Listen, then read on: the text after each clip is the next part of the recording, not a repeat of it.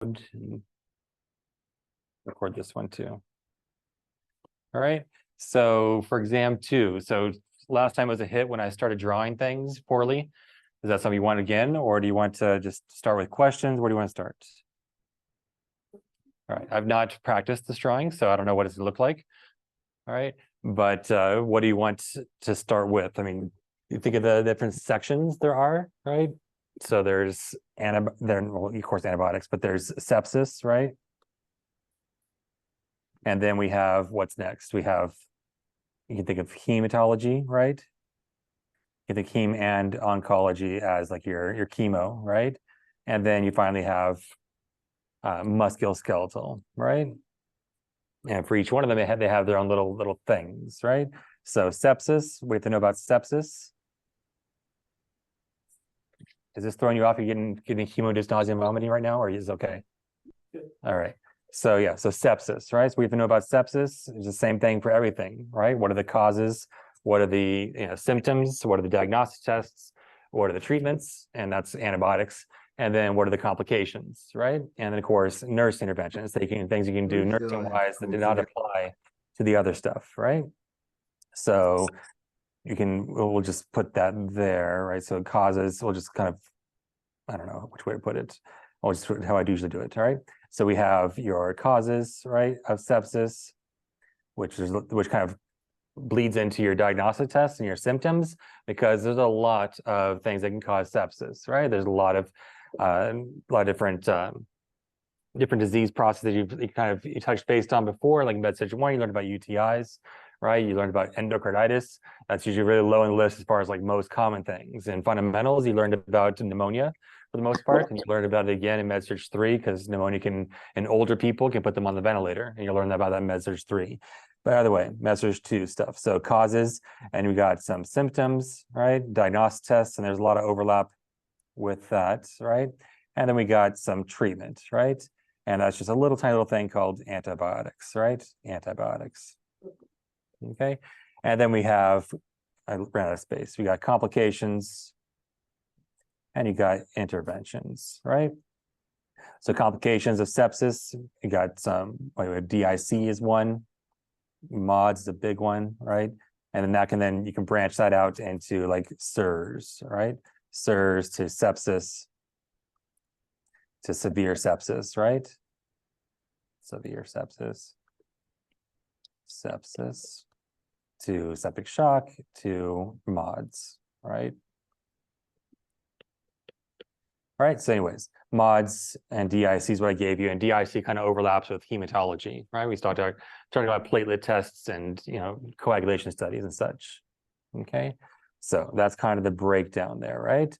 And then antibiotics we'll talk about later. But then hematology, right? Overview of hematology. So we have to know about heme. You have to know about RBCs. Let me do a different color for heme. I'm thinking red. All right. You got RBCs, you have platelets, and you have what else? I think that meant white blood cells. All right. So anyways, white blood cells, right? And the white blood cells are probably the most complicated one, because it has leukemias and lymphomas and such, right? So what are the white blood cell disorders? There's like general stuff to know about white blood cells, like what a white blood cell count is, what the differential looks like as far as neutrophils, et cetera. But it goes up with infection, and when it's low, like less than what, is it considered a neutropenia precautions? Technically less than 1,000, less than 1,000 generally, but technically it's the absolute neutrophil count, right? Because neutrophils are 60% usually. So 60% of 1,000 is 600. Either way, white blood cell things like disease processes to kind of get a framework. So what are some white blood cell diseases you have to know? You got leukemias, of which there are 4 varieties, right? And then we have what other ones? You got lymphomas, of which there are 2 varieties, right? And we have what else? Just multiple myeloma. Platelets are just low platelets. Like, what do you have when you have low platelets? Because before in MedSurg 1, you talked about medications that might lower the platelets and what those symptoms might be. But these are just low platelets in general. It's a it's broad, right? So you can have low platelets, and then what are those signs of bleeding? What are those, and then of course, just kind of like sepsis, you have all kinds of diagnostic tests. We're assessing diagnostic test wise, do they have DIC? And do you have to notify provider that they are having the symptoms of DIC, but also they have these lab tests, right? Where the doctor walks away, he's like, well, do you want to order a fibrinogen, right? Or do you want to order a D-dimer? So that's the reason why we have to know it, right? We're not diagnosing DIC. We have to recognize that these are diagnostic tests to do a DIC. These are someone's platelets getting lower and lower and lower by 50% each time. That's a sign of hit, right? So anyway, it's got low platelets, and you just put DIC in parentheses and hit, right? And then finally, we have our hemophilias, all right? I should probably zoom in for that. All right, all right, so hemophilias, of which you have 3 types, right? A, B, and C, right? Came up with a rad mnemonic for that. So A is 8, right? So that's how you know which one's which to match them up. All right, and RBCs, what's some RBC disorders? We got iron deficiency anemia, you got folate, and you have B12, and you finally have sickle cell disease, right? So each one of these, same thing that we talked about, like with the sepsis framework. What are the causes of these? What are the symptoms? What are the diagnostic tests that would look for? What are the treatments that would be indicated? And what kind of complications can happen, right? And with anemias, like the top 3 are anemias, is just they could be syncopal and get injury, or they can get a heart attack if their hemoglobin is too low, right? Less than 5 usually. But sickle cell disease has more complications and a lot higher risk of infection, right? Folate and B12 have risk of infection because you also not only stop RBC lines, you also stop platelet and white blood cell production, right? So yeah, sickle cell disease has a lot of complications in of itself. It's probably more severe of the 3. Okay, so that's hematology. That was easy. Oncology. All right, so oncology stuff. What color is oncology? Galactic. All right, so we got oncology, right? So oncology stuff. What you need to know is this is kind of general, but chemo is on there. Okay, and of course, just chemo complications, but yeah, because complications, all right?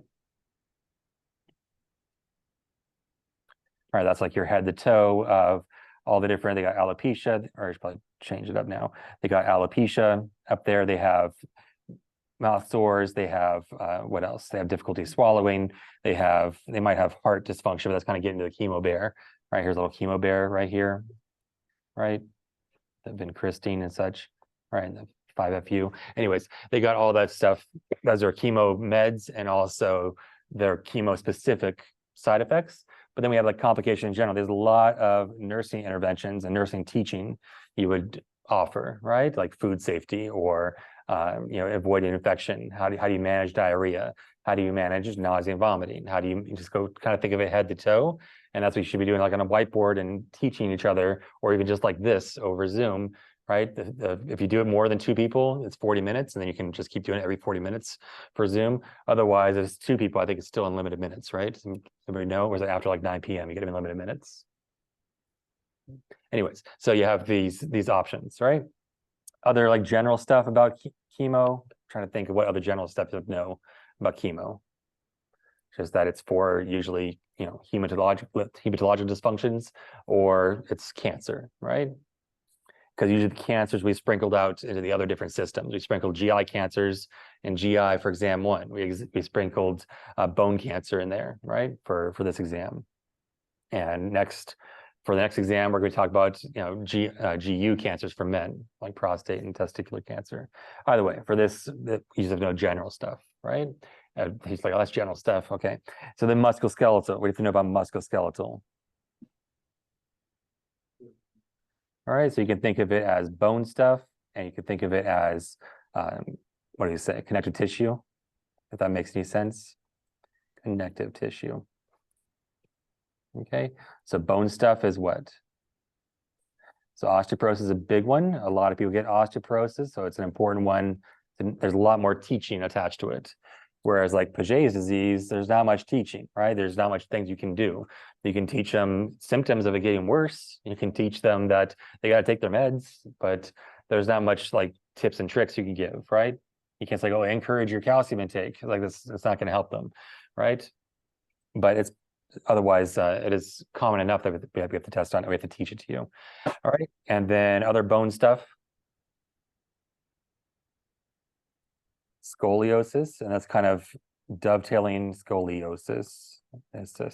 All right. That's dovetailing into a really common complaint of America, right?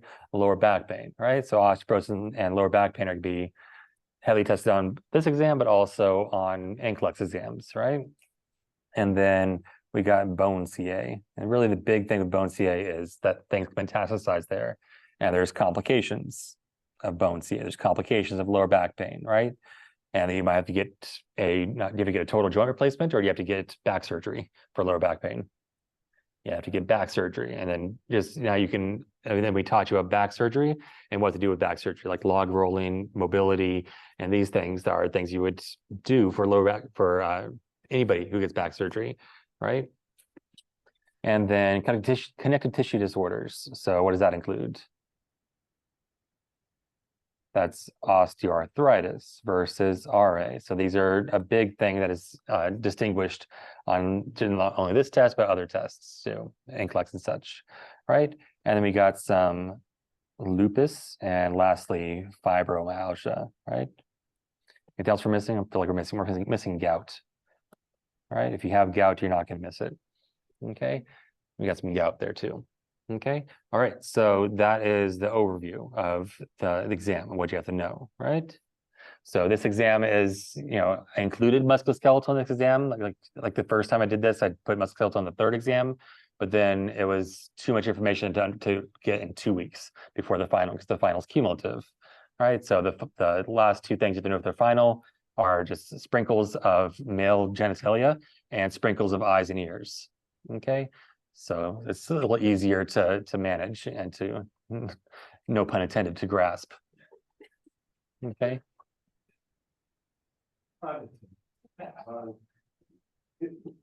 Okay. So they're easier concepts. They're much lighter. There's no chemotherapy or antibiotics on it, right? Or no, to like no like massive amount of medications to know. Okay. What about like Good. So as far as like sepsis, right? We're talking about MDROs. I would kind of think of that maybe complications, kind of a good place to put it, right? I kind of didn't plan this out, sorry. But let's make MDROs yellow, because that's what I kind of gave it to you on the slides, right? So antibiotics, also complication of antibiotics, I guess you would say, right? So complications of antibiotics, not only knowing the side effects of antibiotics, identifying their indications and such, but complications would be your MDROs, right? And what MDROs do you have to know?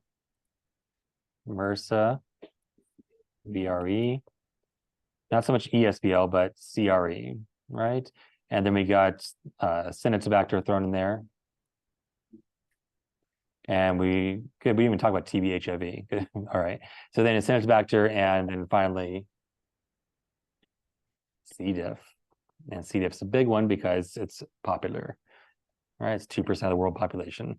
And then also we can throw in TB HIV, that's just some specific under sepsis. So put orange maybe. Okay. So not only just sepsis in general, but also TB and HIV. Okay.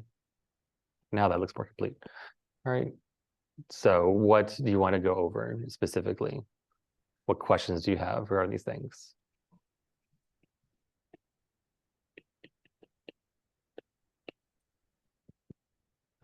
It's gonna be a short review. And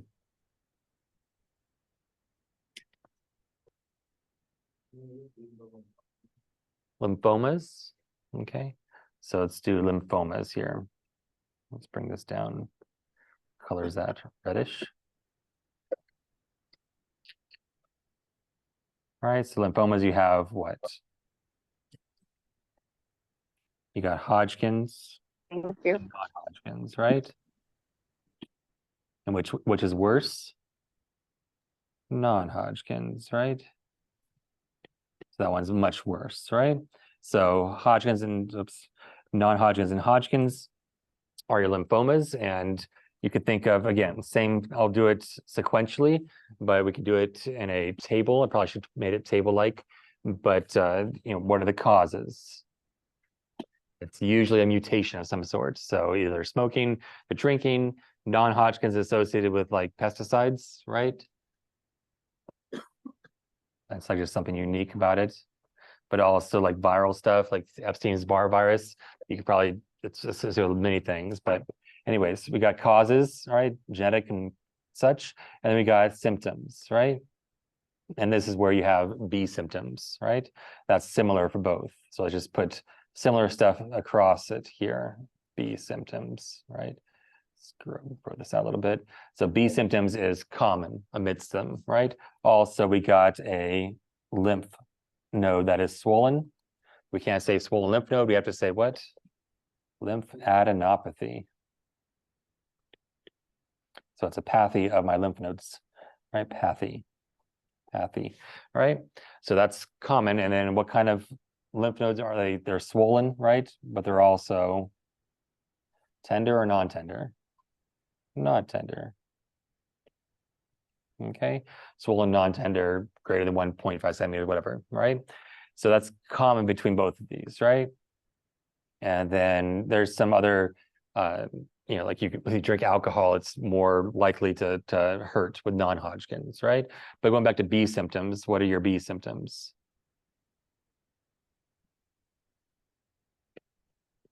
Weight loss is one. I'll probably put that towards the bottom.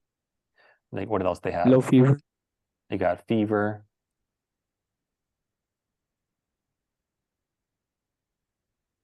Right, so it's like your flu-like symptoms, right? Does this include bone pain, or is that just something different? Actually, bone pain would be more towards your leukemias, actually. Anyways, you got fever and what we say malaise, right? They have nausea, vomiting. They got body aches and such, right? But they also they are usually drenched, right? You got night sweats.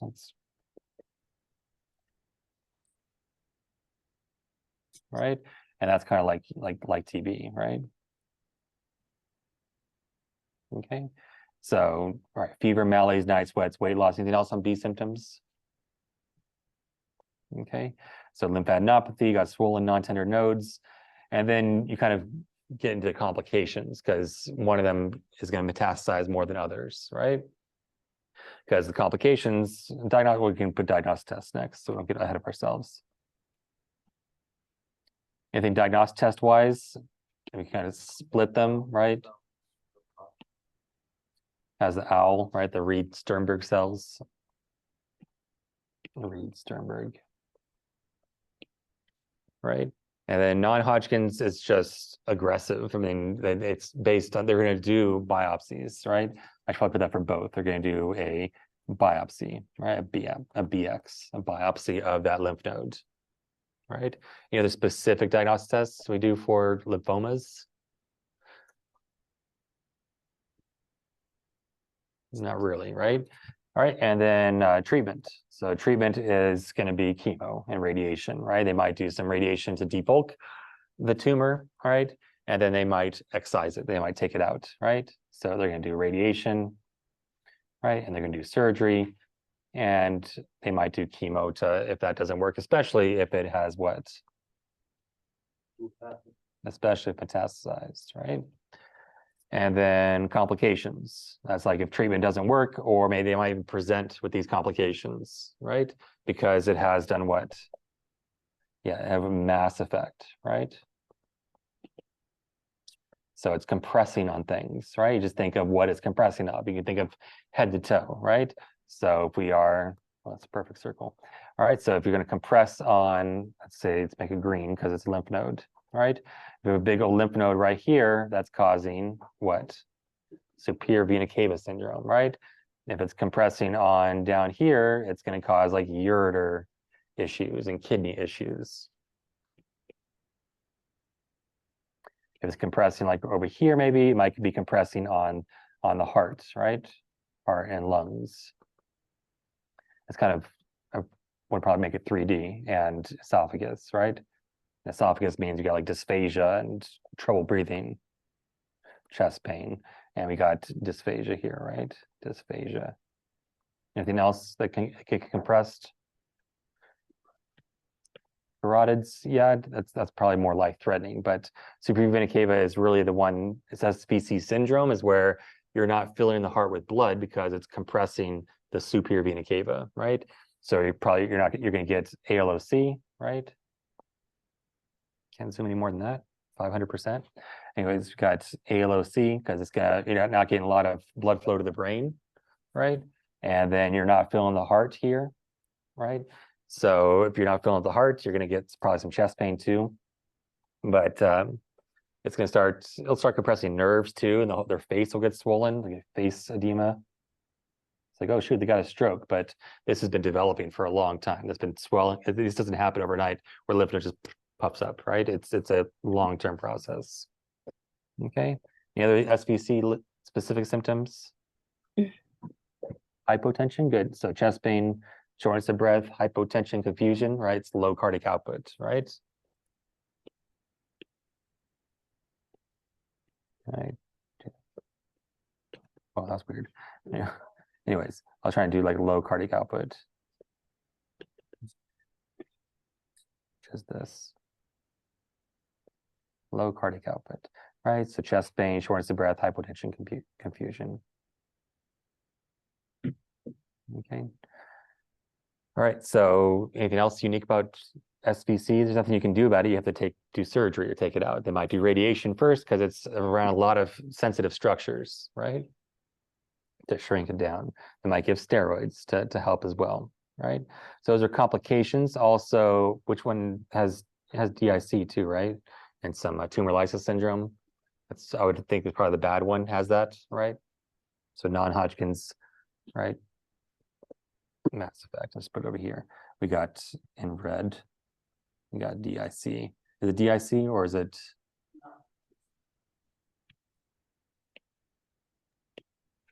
Hemolytic anemia is unique to it. So let's erase that. So they got hemolytic anemias. And who else has hemolytic anemias?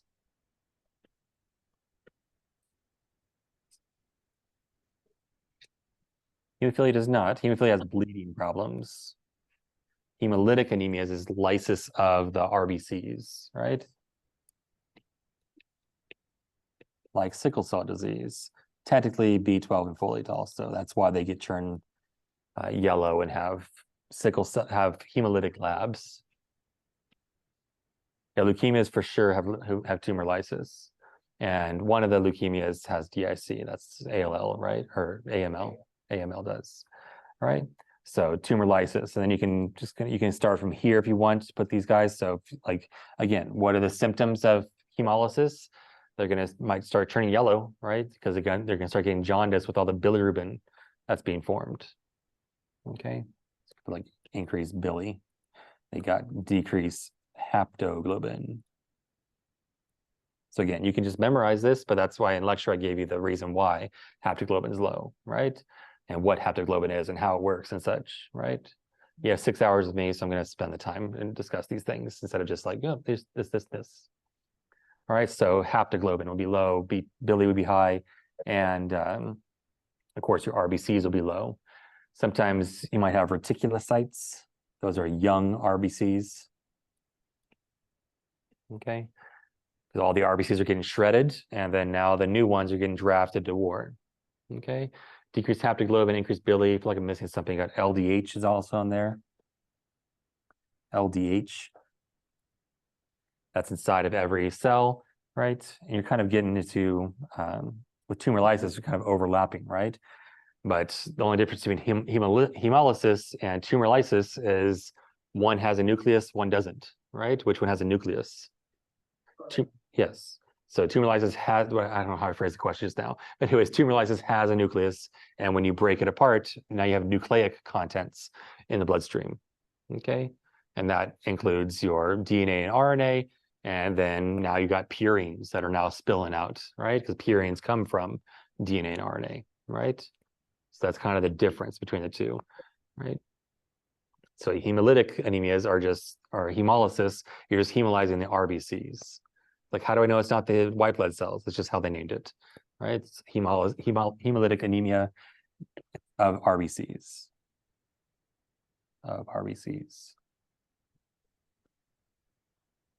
Right?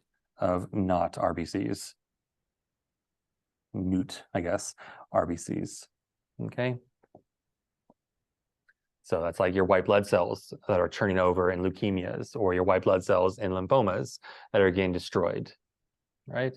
Your body sees them and it says, you're not a functional white blood cell, so they're going to destroy it. Okay. So that's usually the spleen that's doing that. You might get a little hepatosplenomegaly too. Okay. So those are like the labs, and then like symptom wise, they're going to have some jaundice because they got the billy. Okay. You're not going to have symptoms of decreased haptoglobin. It's like, oh, my haptoglobin is low. I can feel it, right? No, it's just going to be a lab test that they would do. I'm sorry, Professor, may I ask a question? Yes. I'm a little confused about what's like all the symptoms and all the stuff that you're talking about. Is it for Hodgkin's, non-Hodgkin's, or is it for the lymphomas? So hemolytic anemias are a feature of non-Hodgkin's, right?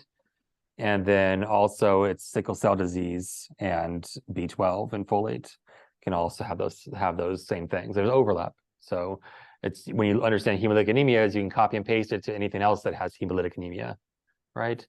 Sickle cell disease is really high on the list, probably like a number 1, right? Probably number 2 would be non-Hodgkin's, and number 6 and 7 would be B12 and folate.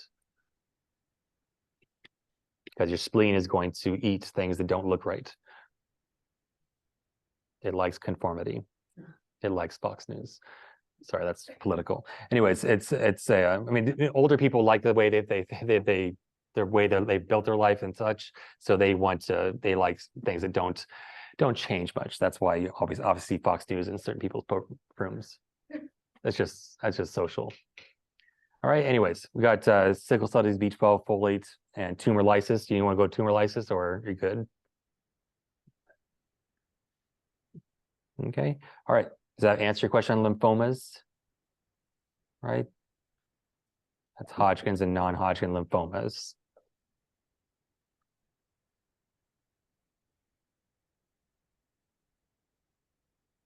What else is troublesome?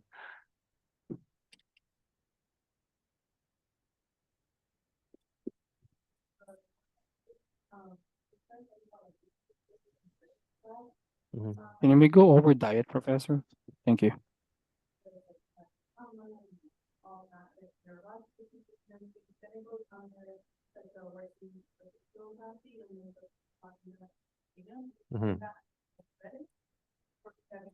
So yeah, so for lower back pain and like what is serious. So there's red flags and there's the reddest flags. I don't know how to differentiate that the best. Oh, okay, guess we're done. Okay. Yeah, so that's ironic. It's a red flag. Anyway, so you have reddest flags. There's like an acute emergency right now, like a dissecting AAA, dissecting aneurysm, right? That is like the reddest flag.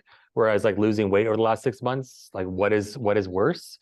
Well, that's losing weight over the last 6 months is bad because someone goes to lower back pain and they've lost weight over the last 6 months. That's bad. That's a red flag, right? But if someone comes in and says, I have pain radiating to my back, and that's a AAA, that's even worse. So I had to put it there because that is lower back pain. So because of lower back pain, you have to be alert that is super serious, and I need to escalate this immediately, right? So that is why that's the reddest flag, right? Whereas red flags are usually something that is, like they had, for instance, like trauma. This is T for tuna fish, right? So they have trauma, right? Like 2 weeks ago, and they have lower back pain. That's serious. They could have a fracture that needs to be repaired. They need to get an X-ray or a CT MRI to see if there's actual impingement of nerves and such, right? If they have unintentional weight loss that over the last 3 months, 6 months, or a year, that is bad. Is it as bad as someone has a fever? The fever is even worse, right? Because they have an acute infection of their lower spine, or if it's lower back pain. Okay. Does that make sense to differentiate lower back pain, right? So all these things, lower back pain is like, oh, 4 to 8 weeks, you're fine. But if someone has a fever, that's not fine. Someone has unintended weight loss, that's not fine, right? Someone has, dissected triple aneurysm, that's not fine either. Okay. So that's like lower back pain and like symptoms or causes, right? There's a lot of causes, right? Sometimes it's just no big deal. It's muscular. Other times it's herniating, right? And it's caught like a herniated disc, and it's compressing nerve roots or compressing the spinal cord. And which one's worse? The spinal cord, because that's central and it controls both sides, left or right, spinal roots, right? All right, and then our question on, does that cover lower back pain, right? So we had a question on diets and what to recommend for diets. Yeah, all. Mhm. Okay, so then also diet for diseases. We got a lot of votes for diet. All right, can we do diets? All right, so as far as diets are concerned, so I don't know how to fit it in here, but we'll just put it on this side, I guess. Let's put it on this side. Whoops. Sorry. I think gout's a good sprout. No irony there, because who does not get sprouts? Who should not eat sprouts? Not from the store, but their produce sucks, by the way. But anyways, so this is a very, very politically charged study session. Anyways, so who should not eat sprouts? Purines are fine. That sprouts don't have purines. It's a fresh vegetable. It's as bad as, it's worse than sushi, right? Oh. Neutropenia patients with chemotherapy, all right, food safety, no sprouts. Anyways, go gout, all right? So we're talking about diet, right? So let's just start with gout diet, right? You can put no, avoid, or say encourage, or let's put avoid first to be negative, right? Avoid and encourage. All right, so let's put gout in there. So avoid high fructose corn syrup. What else? Purines, right? And yeah, alcohol is going to actually prevent uric acid from being secreted, right? So purines, what has purines? So organ meats, shellfish. All right, yeah, seafood stuff, right? So anything else that's big? Okay, so the idea is that in real life and also on the NCLEX, if someone reports to you, hey, I enjoy candy and soda, and what else has high fructose corn syrup? Yeah. Right. So yeah, American Coke. All right. So all these things have high fructose corn syrup, so that would be not recommended for someone with gout, right? High fructose corn syrup is unlikely to be an option choice because that is knowledge-based, right? We're not testing whether you can vomit up high fructose corn syrup. Do you understand that high fructose corn syrup is associated with gout, or it can worsen gout, and this patient should not eat these things. They have a food diary, or they have a menu, or you give a menu to them and say, please select the things that you understand these things, right? Choose 3 out of 5 of these, right? As a perfect clinical worksheet goal, right? That I worked with the dietitian or with the chef in the Chef Ratatouille downstairs, and they said, okay, I'm going to choose E2H. No, don't choose that, right? I'm not sure why the hospital cafeteria is offering E2H, but either way, right? They might have shellfish, right? They might have liver and what's the word it's called? That's minced up organ meats. What's it called? Charcuterie. Would you say diarrhea? Haggis? No, it's something, not monkey brain. Anyways, it's like a Scottish dish. Either way. Is it haggis? No, there's something else. But it sounds like shepherd's pie. That's what it is. I've seen that in many NCLEX questions. Shepherd's pie. It's like, that's just potatoes, right? No, it's like mixed up organ meats. Don't do it. All right. So don't choose it. All right. So yeah, so that's what you avoid with those. Anything else we avoid? I mean, there's medications and such we might think about gout, but we're just talking about diet and such, right? Charcuterie. Say again? Charcuterie. Yeah. All right. So yeah, charcuterie, we'll put that here in the purines. Yeah, charcuterie boards. All right, so gout. All right, what's some other diet diseases? Iron deficiency. So do you want to do anemias last? Since they're kind of all, that's kind of our diet focus. And let's try to pick up the pieces, right? So what else besides our anemias, our 3 anemias? Sickle cell disease, there's no diet recommendations, right? We'll just think backwards. So let's do musculoskeletal, right? So we're doing gout and do fibromyalgia, eat healthy, lose weight, but nothing like specific, right? You can eat all the charcuterie you want, it makes you happy. Good, yeah. All right, so you want to do osteoporosis, right? Osteoarthritis, rheumatoid arthritis, and lupus, there's no really diet recommendations. All right, lupus, as long as you eat indoors and avoid the sun, you're fine, right? What else? We got gout and lower back pain, nothing, right? Scoliosis, right? I don't know. Tell mom to eat right before they had you. And then we had, what else? We have osteoporosis. I can't think of anything else. Can you think of anything else? Osteoporosis. Okay. So what do you recommend for osteoporosis? Or what should you avoid, or what should you recommend? We're also going to avoid ETOH.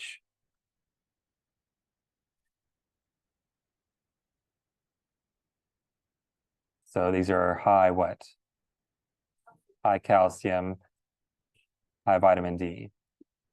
Usually this is, we're joking about Parmesan cheese. It's like 3rd place, but still, it's like, so you can put Parmesan cheese in my cereal, put my Parmesan cheese in my yogurt, Parmesan cheese on everything, right? I got to increase my calcium intake.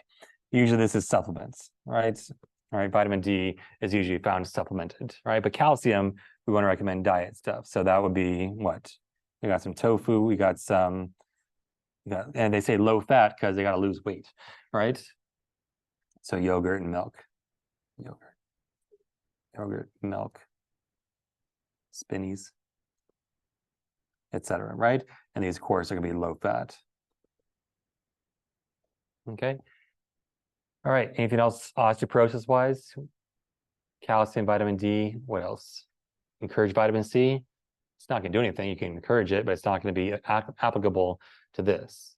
But it is applicable to our sickle cell stuff, right? Yeah, vitamin D would be recommended. Anything else we're thinking about diet wise? Right. So sepsis diets, no, nothing, right? And we can stretch and talk about before we get to anemias, we talk about like food safety, right? These are like infection risk people or low WBCs. Oops. So low WBC patient, right? What do you avoid? What do you recommend? Low raspberries, right? So they're avoiding what? Because the avoid column, right? We're avoiding Berries. crevicey food, right? Avoid curves. Curvy, fresh. Looks like flesh. Fresh, right? Fresh fruit, right? And veggies, Uncooked meat. right? Avoid uncooked meat. So it's a good life tip in general. Right. So avoid. So over here, let's tell them to cook food and also to cook their meat. Right. It's like it was 160 degrees or something, right? Also, they're recommending that they, 2 hours, you're gonna fridge your food.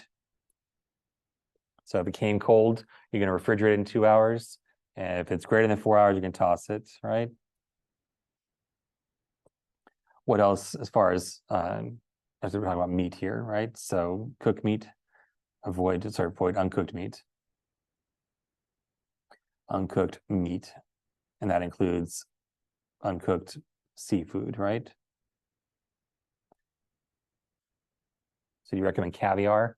No. Do you recommend sushi? No. Do you recommend, what else do people eat? Octopus, maybe? I don't know. All right. Uncooked seafood, uncooked meat. What else do we recommend for low WBC people? Leukemias, chemotherapy. They got a low white count. All right, so we can put that here. All right, so what does this include? All right, so this is like chemo precautions. chemo teaching, right? You got leukemia. Okay, leukemias and lymphomas in general, right? Just cancer. All right, so you could technically apply to bone cancer, but cancer. Okay, that's when you would when someone has low white blood cells. Good. So I keep forgetting about HIV. I don't know why I keep doing. Right. All right. So curvy. So what does that mean? That's raspberries. Right. Berries in general. And what else was there? It's pretty common. Not circles, but they have crevices. Right. Strawberries. Yeah. Okay. Raspberries, berries in general. Okay. All right. Any other recommendations food wise? You know the table I'm talking about where usually you'll see it under neutropenic precautions, and also you'll see it under chemo, right? As far as like food recommendations. All right. So then we didn't kind of talk about other recommendations. Like they had cook their food, basically. All right. And then finally, we're getting down to oh, perfect. Line up with anemias now. All right. So other anemias, right? So which anemia do you want to do first? So iron deficiency anemia, right? So iron deficiency anemia, we're going to recommend iron, right? That makes sense, right? And we're also going to recommend vitamin C, right? Who has vitamin C? What has iron? So, I was going to write vitamin C. Guava, what we say, kiwi, bell peppers.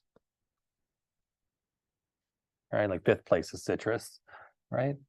And then who has iron? Organ meats, right? So if someone has gout and iron deficiency anemia, they're messed up, right? It's not going to work out, all right? So yeah, so iron usually it's fortified. Everything's fortified nowadays. Okay, so really the push should be towards plant-based things because with all the recommendations in 2020 was for like American Heart Association recommends plant-based. So really we should be having a plant-based option for everything, right? It's not my own personal agenda, right? So yeah, everything's fortified nowadays, right? Like in the 90s, they made it mandatory for folate, right? But things are fortified with iron and B12 and folate nowadays, right? And vitamin D for that matter. Right, but otherwise, naturally, you can get it from meats, right?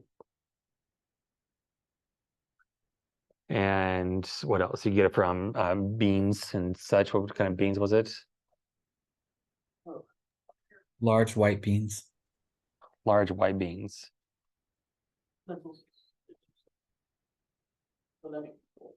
Lentils.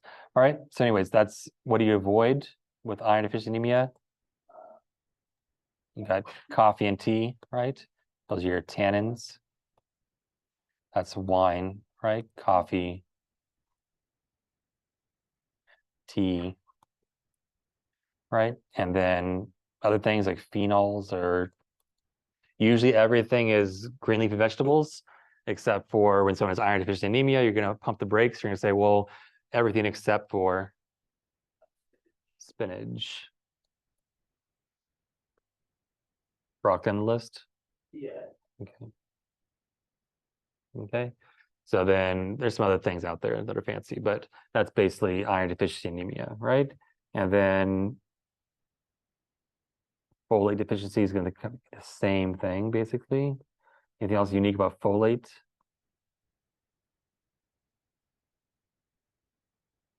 Foliage. Yeah.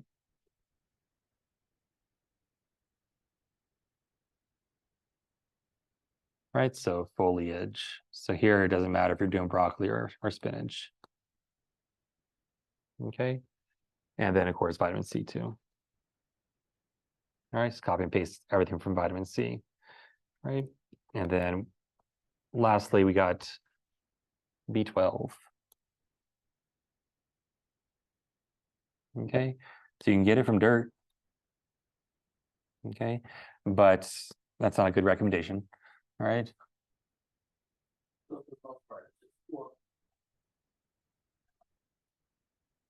Mm-hmm. Fortified. I should zoom in so I can actually read it. Hold on. All right, so dirt, fortified things. Mm-hmm. All right, so everything's really fortified with it, but we have meats, animal products. What's going on? What do they avoid? There's not much. I mean, there's not much things you avoid, right? All right, does that make sense for diets? Okay, so questions usually on diets on my tests and tests in general are, the patient verbalized understanding when they say that I eat this for my disease process, for disease process X or disease process Y, right? And like, which one of these things would you recommend? Which one of these things could worsen the disease process, right? So also we forgot about talking about charcuterie, got antibiotics, right? So we got linezolid.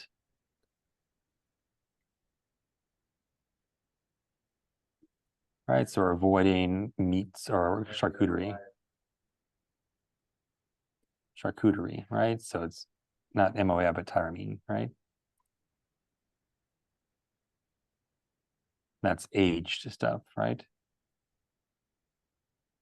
Aged stuff and deli meats and those things.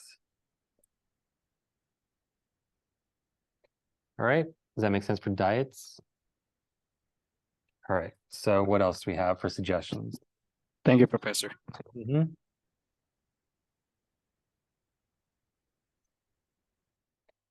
So different diets. We had a question about reticulocytes. And usually B12 and folate don't have a lot of reticulocytes when they hemolyze, because B12 and folate's needed to make cells, right? So that's not usually elevated. I'm not going to test you on that though. Reticulocytes though will be increased with like sickle cell disease and hemolysis and such. All right, so then we had suggestion for what else? For different leukemias. So do you want to go through leukemias or what? What did for lunch?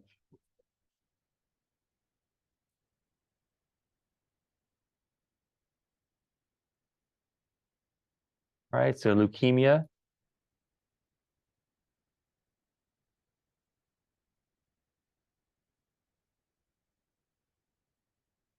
Okay, so leukemia, let's just take this and let's bring it all the way over here, right? So leukemias, what are the leukemias? So it's the same table I kind of gave you on the slides, right? If you want to differentiate them, right? As far as like what causes it, what the symptoms are, right? And diagnostic tests.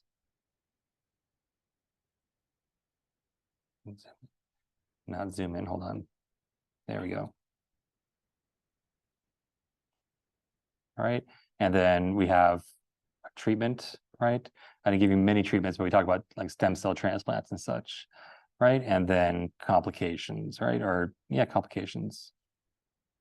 And then like specific nurse interventions, and that's where you're gonna start talking about like the diet things for low white blood cells, right?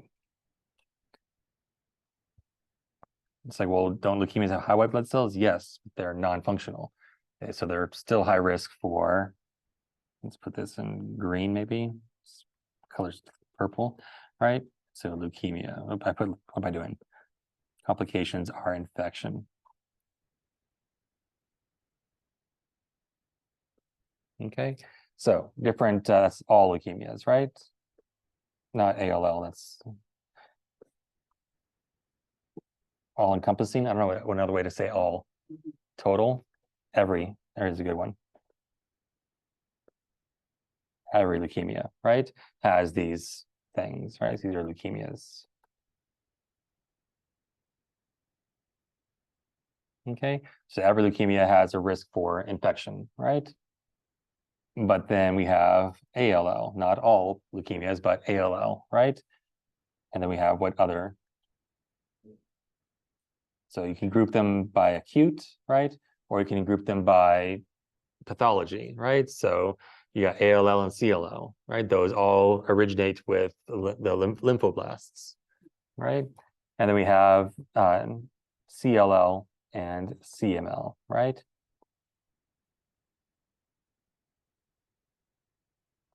Okay, so where do you want to start? Or do you want to spend that much time on this?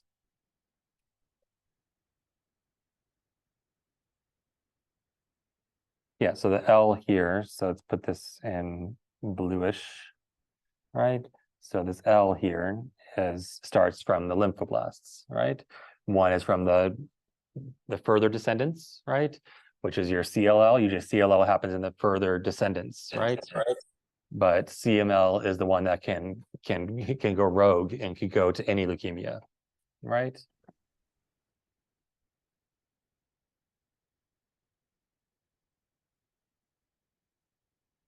Compared to your myelogenous leukemias, which is where you have a it's on the other side of the tree. And by the tree, I'm talking about this guy right here. You have your stem cell, which then could go to RBC, go to platelets, right?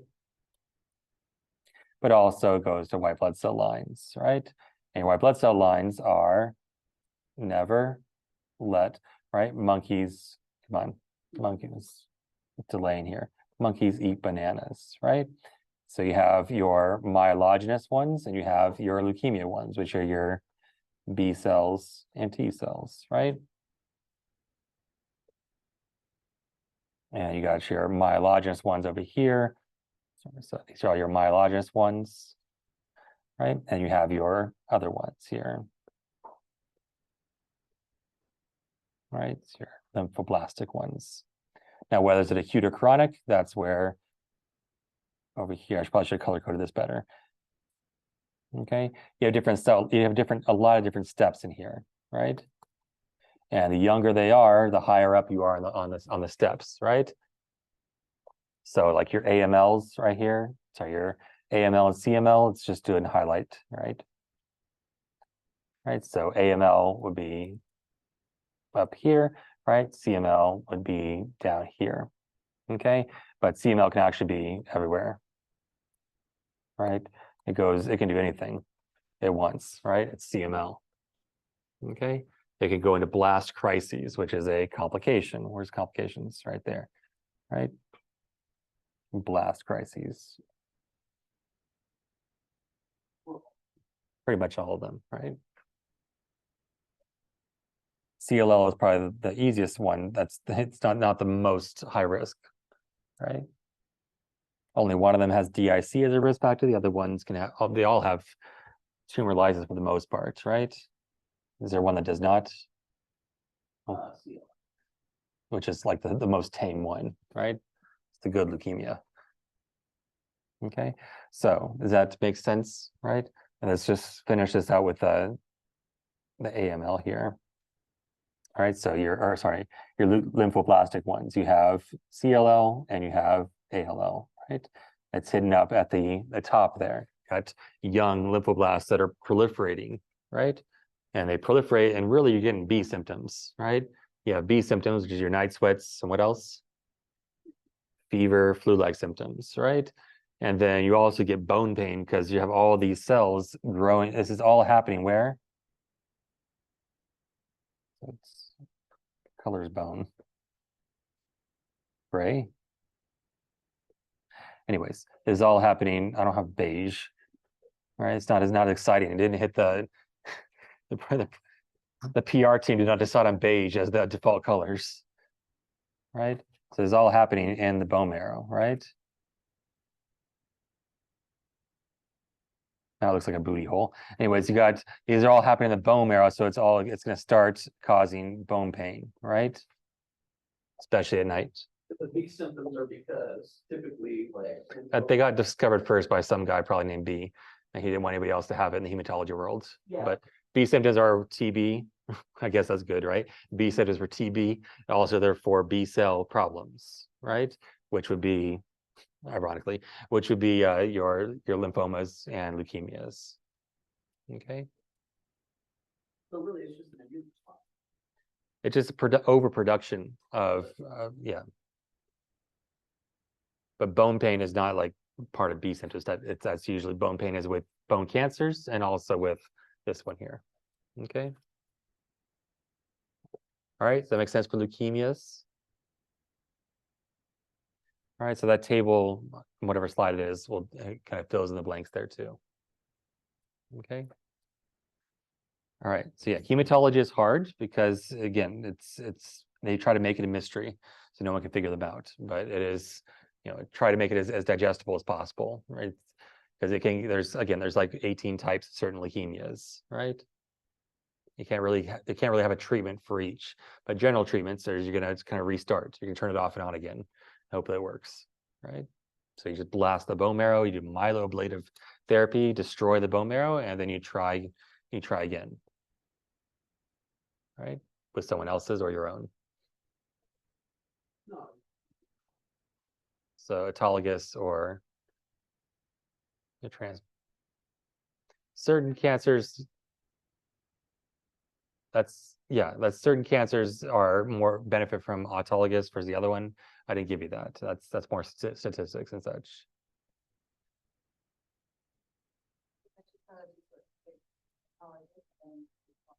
Well, bone marrow transplant includes autologous.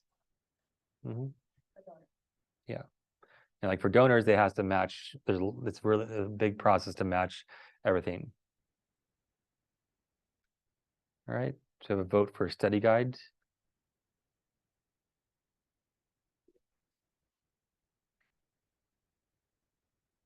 All right, so we'll save this picture as well. Okay, anything we want to talk about on this, but anything else, other topics we can then take over on the touch base on the study guide. Make this an image, high quality. All right, so as far as the study guide, right? All right, so there's gonna be some formatting things, but for the most part, it has many things that you're talking about, right? I don't want to just like recreate the notes from lecture on the study guide, right? And again, you don't want to put everything in here. You want to put the big things like we're doing with the pictures, right? The purpose again of lecture is to give you the why behind each symptom, the why behind each diagnostic test. I'm not going to ask you what the why is, right? It's going to be, your goal is to be, are you a safe nurse to know that someone is presenting with DIC? Are you a safe nurse to recognize someone as septic? Are you a safe nurse to ask the doctor, should we also order a lactate level? Should we also order, a CT scan of the belly because they got belly pain, right? So that's the idea behind that, right? And then antibiotic wise, you're not prescribing antibiotics, right? I'm not going to ask you what's the best antibiotic for strep pneumoniae. No, right? But you should recognize that they should be on something that's broad spectrum, and also some atypical, because those are the bugs that usually affect the cause pneumonias, right? Same thing they should be on broad spectrum stuff if they just admitted to the hospital, right? They're super sick, they need to be on the heavy duty stuff, right? And usually everybody is on a beta-lactam, right? I'm not gonna ask like which beta-lactam is the best, no, right? But you have to recognize that it is a beta-lactam, that is, ceftriaxone, cefepime, or Zosyn, carbapenems, those are all beta-lactams that we need to be on, right? Usually everybody's on those, right? And then for the MDROs, it's usually a derivative of that, right? They've tweaked it some, right? So that's kind of like sepsis, right? And antibiotics a little bit, right? And then as far as what else, right? So where's it going with that? HIV, AIDS, and TB, right? Recognizing again, what are the causes, symptoms, treatments, right? And complications. And complications of HIV are your opportunistic infections. And actually, when you have an opportunistic infection, that is considered AIDS, right? When you have something that nobody usually gets. People don't usually come to the hospital with PCP unless they also have HIV, right? There's rare situations, but PCP is a big problem, right? And we need to prevent against it with what medication? How do you prevent PCP? Or pneumocystis carni girovoce pneumoniae? Bactrim. Bactrim, right? And therefore, the patient with HIV on Bactrim should be alert to these side effects. or should understand this teaching when they say, I'm going to apply sunscreen? Yes or no? Yes, right? Yes. That they should report signs of fever and infection. Yes, because it's also suppresses the bone marrow, right? Or I should report when I have like a rash all over my body and my skin is falling off like The Walking Dead. Yes, right? You have Stevens-Johnson. I want Stevens-Johnson. No one does. For HIV teaching, I see that it says like take prophylactic meds, might need to take it by dot, but I thought the dot was just for TB. Yeah, it's a public health concern now. Like we talked about how, you know, they used to have consent to draw someone's blood to see if they have HIV. So it's going more towards like, you know, if they're, I don't know, if they're homeless, it's harder, but if they are, you know, it depends on what the therapy is, because therapies nowadays, there's all kinds of different regimens where they can take like weekly doses and such. And that's where they would be using dot therapy. But dot therapy definitely is recommended for someone who's taken the 12-week plan for TB, where they do just the weekly doses of, was it not rifampicin, right? So yeah, so they have those weekly programs, and they can't just say, oh yeah, it was great, I had no side effects. Like, no, I got to observe you taking it, right? And then one more thing for the vaccinations. I saw that it said like to maintain titers for varicella and MMR, but they're not allowed to get the live vaccine, right? So how Yeah, would you maintain titers for that? There's different versions of vaccines. I mean, there's one, was it the, not shingles, which one's the one that they can't have a live version of? Either way, I'm not going to test you on like which one is the right one, and which vaccine's which, but they need to have their vaccines up to date. They need to have, you know, the flu vaccine, COVID vaccine, pneumonia vaccine, and then like definitely needs like triple vaccines. Those are your patients that have no spleen, right? And who has no spleen, or a functionally asplenic patient. That's your sickle cell patient, right? They have to have those, you know, those 3 vaccines. Yeah, it's going to apply to AIDS too. It's really a catch-all, right? You're not going to say, oh no, I don't want them to have Haemophilus, right? So no, they're going to get the whole package too, right? Who else needs to get the whole package, or to test for HIV and TB and get all their vaccines? Neutropenic, no. Healthcare workers, no. You don't have to get every single vaccine. You have to get the big ones, like we talked about hepatitis B, but they have to. Someone's getting. Why would someone with lupus, let's say, have to get that? Oh, they're on immunosuppressants. Yeah, so someone with lupus or RA, right? They take those monoclonal antibodies, which pretty much shut down the immune system.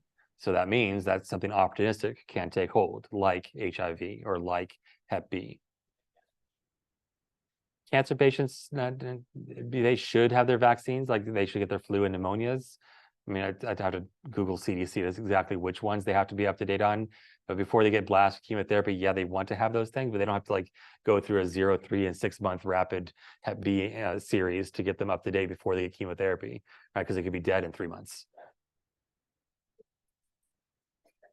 No, it does. Yeah, they're going to be those opportunistic situations will take hold. It's there's a lot of variability. That's why there's a whole specialty behind it, right? And again, those are not things that we're going to be testing you on to know all those little things, just that you know that they should be on those things. There's a good recommendations, right? I think it was the zoster that they can have.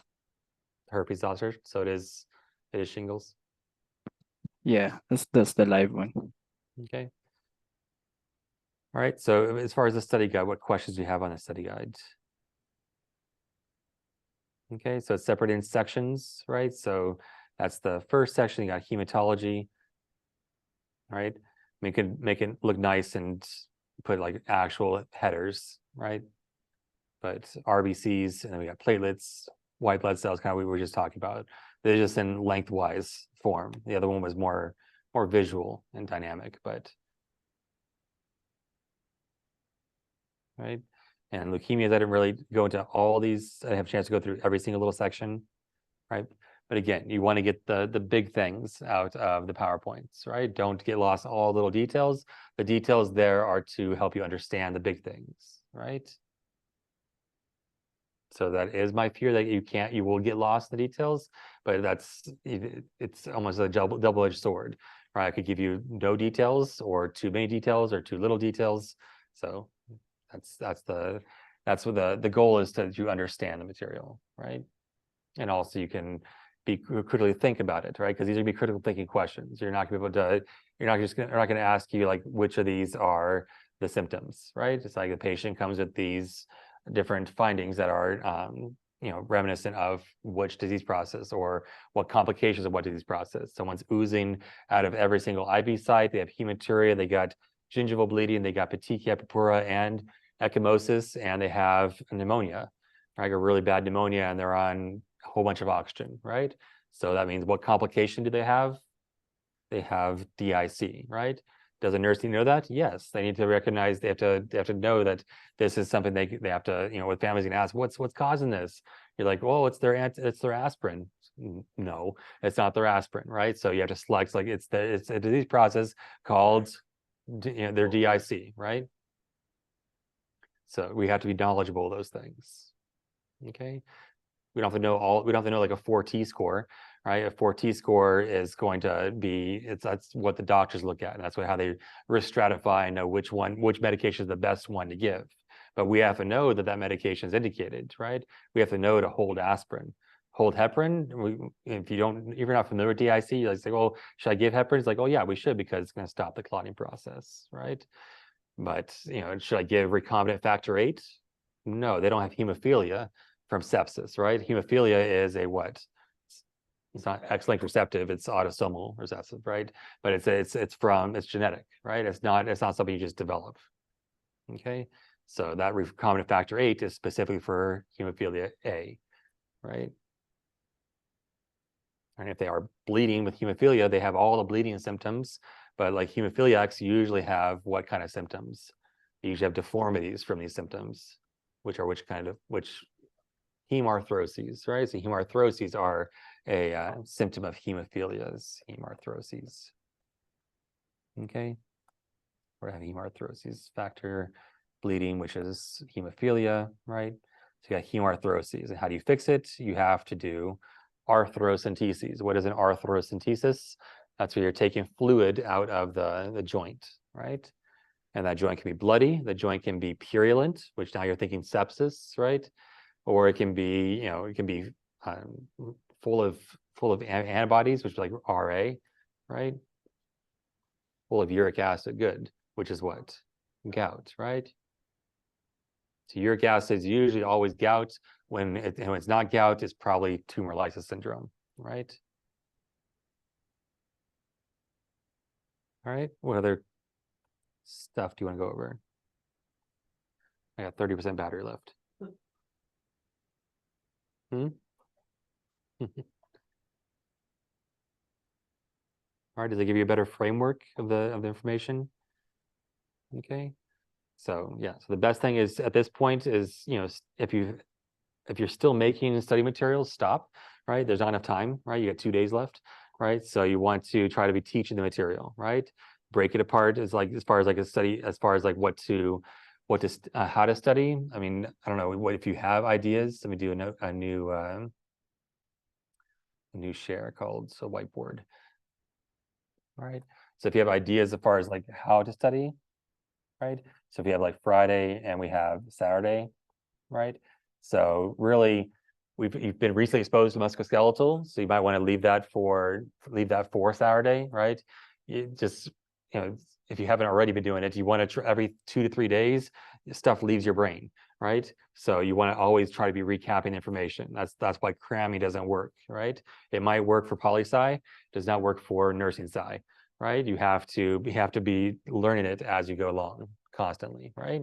So stop developing study materials. You want to be trying to teach this as much as possible, right? So if we're talking about what to go over Friday, or what am I doing? Friday, Saturday, right? So we have Saturday, Sunday, right? So what can you do? Back eraser here, right? So Saturday, Sunday. So here you might do some musculoskeletal, right? Probably both days, I'm probably going to hit up chemo and antibiotics on both days. Okay, but musculoskeletal definitely over there.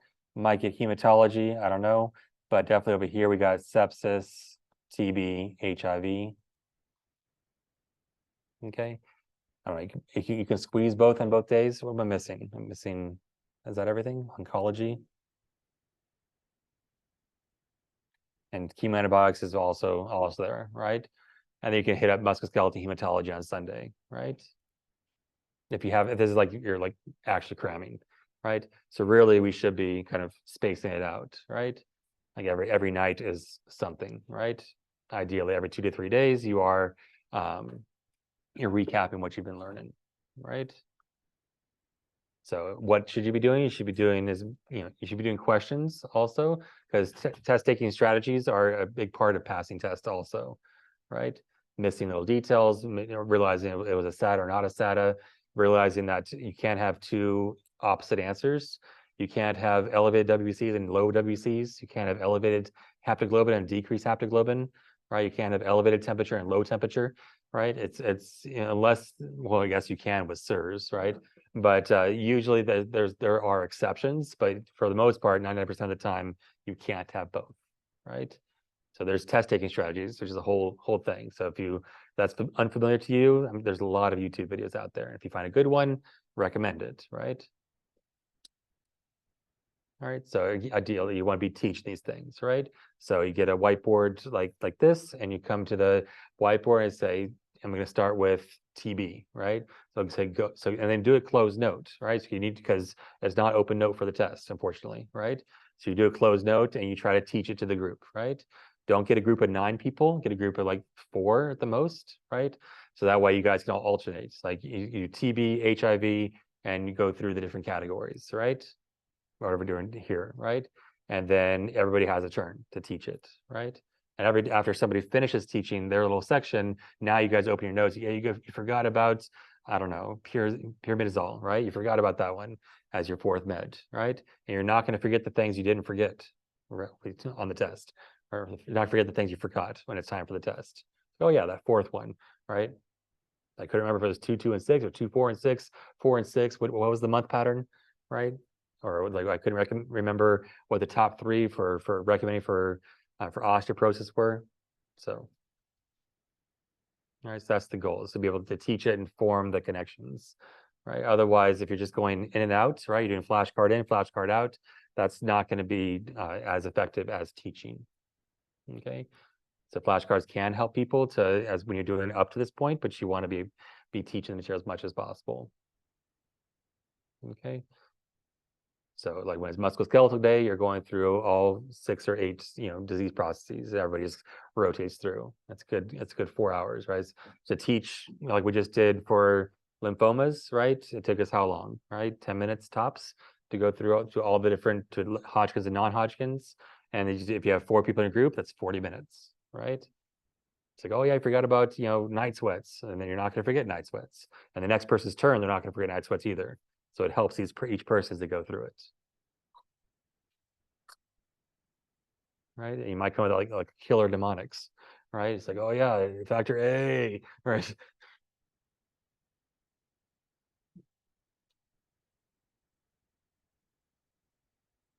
All right, what else?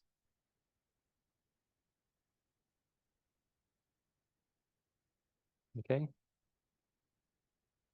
All right, so again, if you have any questions come up, you can always message me.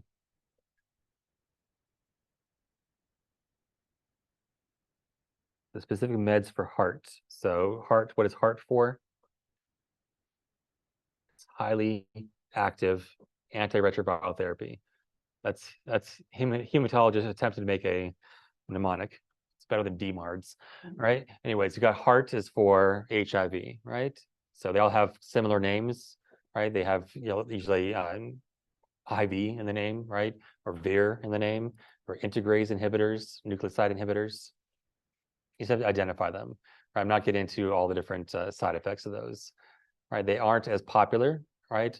As far as like popularity is concerned, right? TB meds are popular, right? So you have to know those side effects.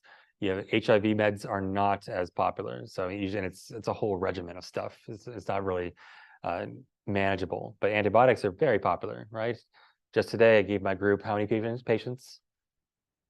Yeah, 3 patients and all IV meds, right? And how many antibiotics were going around, flying around?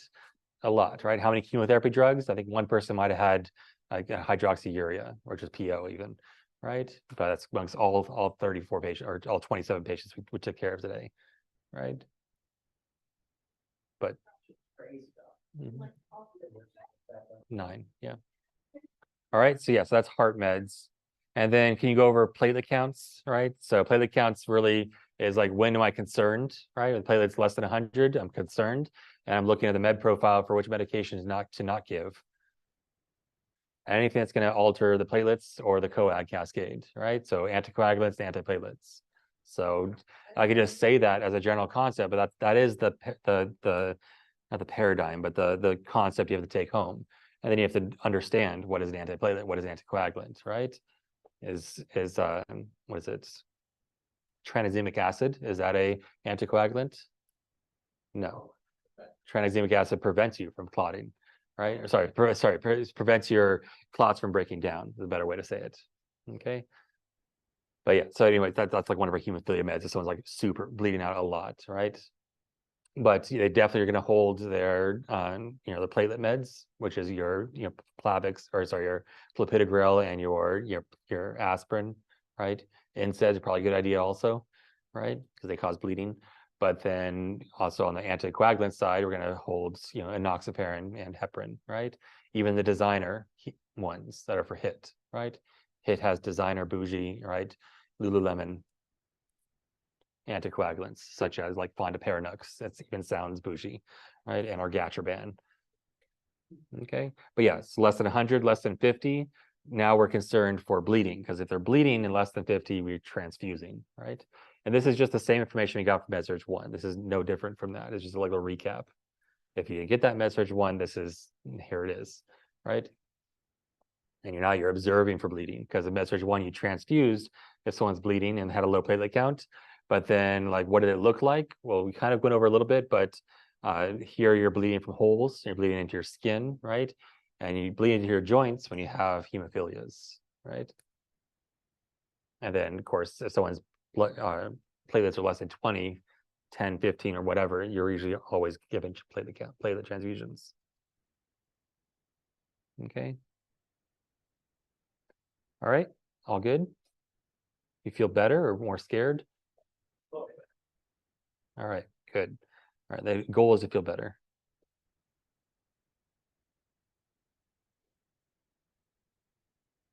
You're welcome. So up